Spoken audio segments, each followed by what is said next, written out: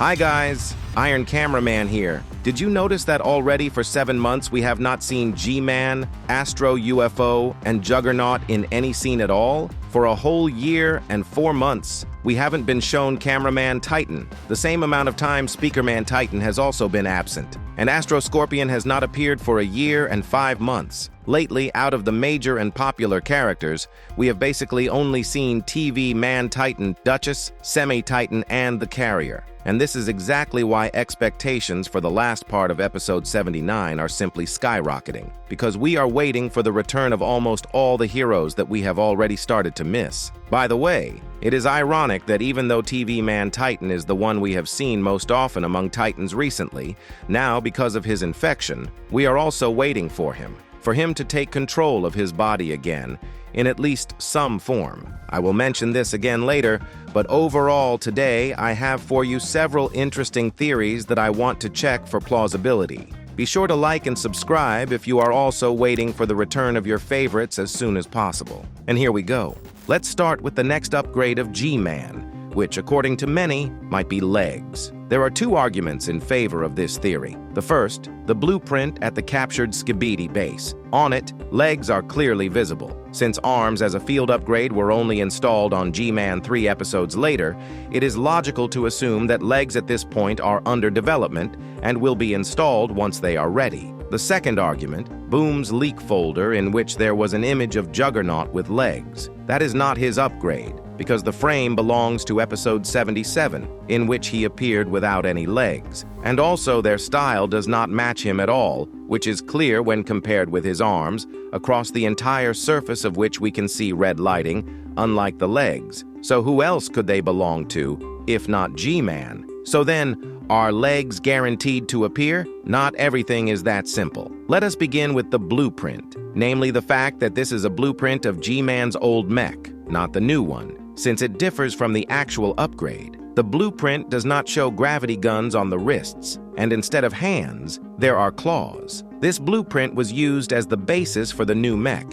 which might not include legs for other reasons. As we see, even the advanced Astro do not use legs at all, but instead levitate and move at enormous speeds by means of hyperjumps. So why would G-man objectively need legs? They would only make the construction heavier, which would reduce his mobility and tie his movement to the ground, which in itself is slower than fast maneuvers in the air by means of rocket boosters. In the case of TV Man Titan, we could also see that legs are a weak point for such massive fighters, since they are practically not protected compared to the torso, at the level of which the arms and the core with the main weaponry are located. So then, does this mean there will be no legs? I have 2 answers to this question, one logical and one story-based. From a logical point of view, legs make no sense at all. They are just a heavy and useless chunk of scrap metal which does not improve but lowers combat effectiveness. But from a story point of view, combat effectiveness has no meaning whatsoever. Take, for example, Watchman of Doom. The spikes and thorny vines on his body are just as useless as the multi-ton clothing on the Titans. If we turn to more realistic mech models in Pacific Rim or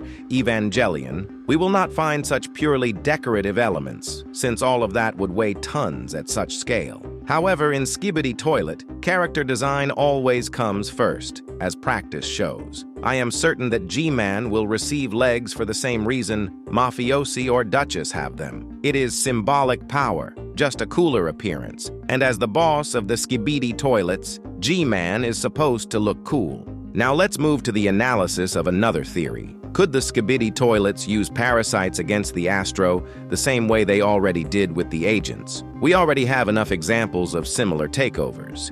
G-man against Scorpion, and also Larry. Most likely all these methods work in a similar way, intercepting the control signals of the pilot and replacing them with their own. This is precisely why parasites always aim for the neck, the connection between the head, which gives commands, and the body. It is unlikely that the Astro are protected from parasites in the same way TV Man Titan was, since even the Alliance agents used instead anti-parasitic rifles. However, since the invasion of the Astro, we have not seen the Skibidi Toilets use parasites at all. What could this be connected with? Firstly, parasites are ground combat units, while the Astro are mostly airborne. This greatly complicates the parasite's access to the back of the neck. Secondly, after the Alliance created anti-parasitic rifles, production of parasites could have been completely stopped since they lost effectiveness, and therefore their numbers at this moment are minimal. But what about parasites intended for Titans? They could easily reach the back of a powerful Astro like the Carrier. They also could almost be extinct by now, and besides, unlike the agents, the Astro are potentially equipped with an effective means of defense, an energy shield. It would simply block access to the neck the moment the parasite approached. Moreover, the Astro almost never attack alone, so they cover each other, and because of that, it is unlikely that a parasite would even reach the target alive. But what about just one target? Of course, we are talking about Watchmen of Doom. For the sake of freeing him, they might attempt to protect a parasite. However, Watchmen is equipped with parasite defense, and even if it were somehow bypassed, an Astro parasite would probably still retain dominant control over the body, since it is connected directly to the core.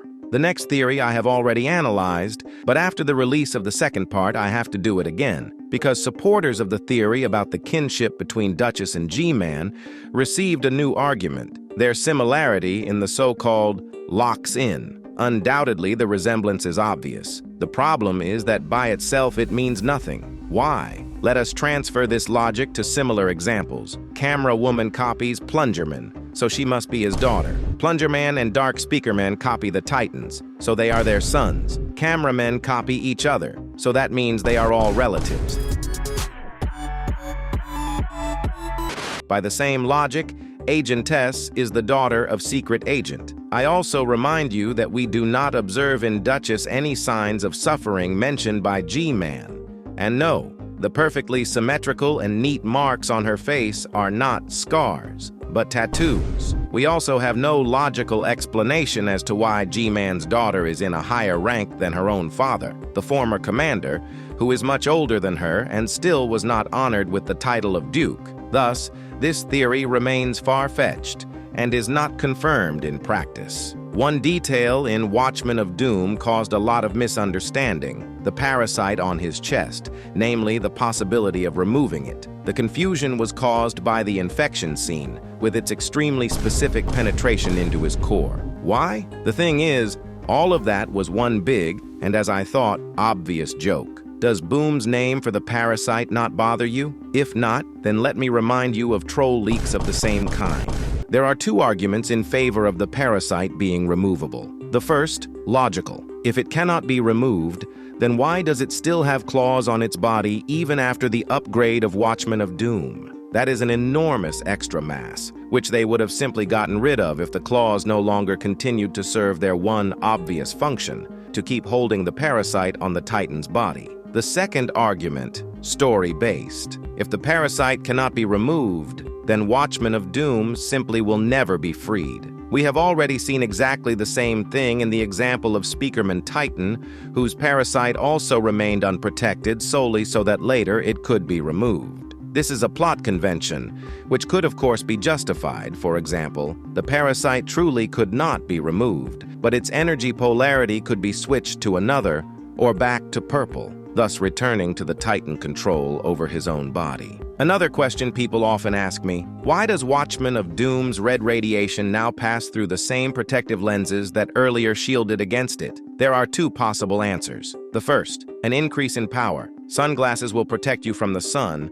but not from a brighter welding torch or a nuclear explosion. The same goes for Watchmen's radiation, against which the old lenses were simply not designed. In theory, they could, just as in real life, be improved later with the help of new materials or technologies. However, from a story perspective, that would devalue the new ability of TV Man Titan, which he will definitely use against the Astro after his liberation. The second possible answer, a change in the emitted spectrum. Even though we still see only red light, obviously, it is harmless by itself, as in real life. This means that the real threat lies in the invisible part of the spectrum, which is not even visible on the cameraman's recordings. If the old lenses were designed for a narrow range of it, then with its shift or expansion, they would simply stop protecting. And if you like today's breakdown, subscribe so you don't miss my other videos. Iron is out.